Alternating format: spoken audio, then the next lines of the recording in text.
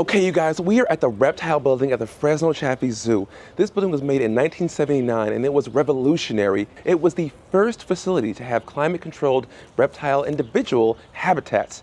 I'm excited to go in there, see some reptiles, meet some cool keepers. Let's do it.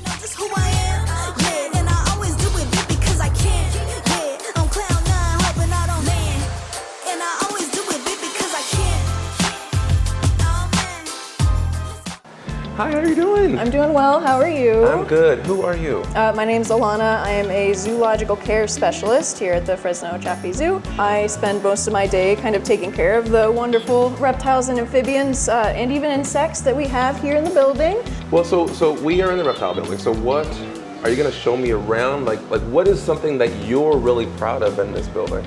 Yeah, so we would love to show you around. I'm personally pretty proud of the Gaboon Viper exhibit. It was put together a couple months ago, so it's kind of settled in. The Gaboon Viper itself is settled in. We also have some pretty cool animals.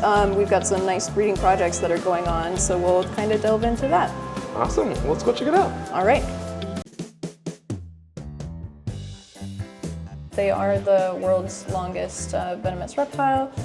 They are ophiophagous, so they eat primarily other snakes in the wild, including others of their own kind. And they recently were speciated out into, I believe, 4 different species based on kind of genome and DNA testing, scale counts, and band coloration. It's Asha, right? Yes, Asha. He is a venomous snake, probably the most potent venom in our collection, so we have to be pretty careful with him. We're not often hands-on, so we have begun to train a shifting behavior in him. We have our shifting area in the back and a holding area for him.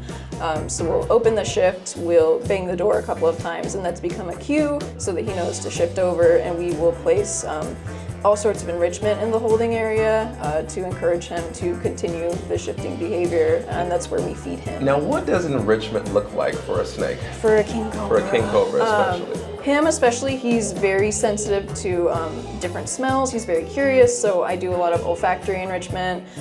So scent trails for prey items, spices. He's really interested in the smell of fish for some reason. Interesting. He's really reactive to that, and that's a good way to get him to shift on days that he's a little more hesitant and isn't feeding.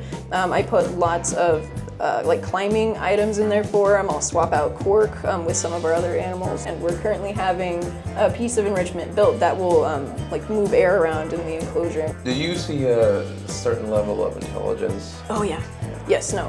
He's incredibly intelligent. I've been working with reptiles for almost a decade now, I want to say, and there's definitely a higher level of reactivity at the very least, a higher level of curiosity. They will like look at you, they'll make eye contact with you, and you can kind of see the gears turning. Mm-hmm. You can tell, you can feel it. You can feel it when he's looking at you.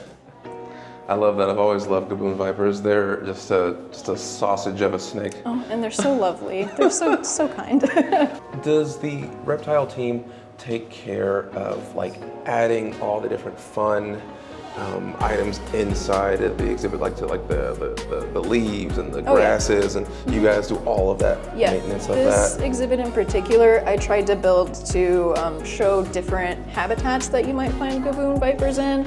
So they're native to Africa, they're native to kind of the tropical rainforests, and then you can also find them in grasslands and woodlands. So the right side of the exhibit is kind of meant to mimic the rainforest more. They do have fiddle leaf figs, which are native to Africa, they're endemic to Africa. And then the left side is meant to be more of a grassland, woodland, savanna, just to kind of showcase their natural environment a little bit, and to create a more enriching exhibit to give her more choice, and give her a variety of environments to interact with. I love to hear that you speak about these venomous species as lovely.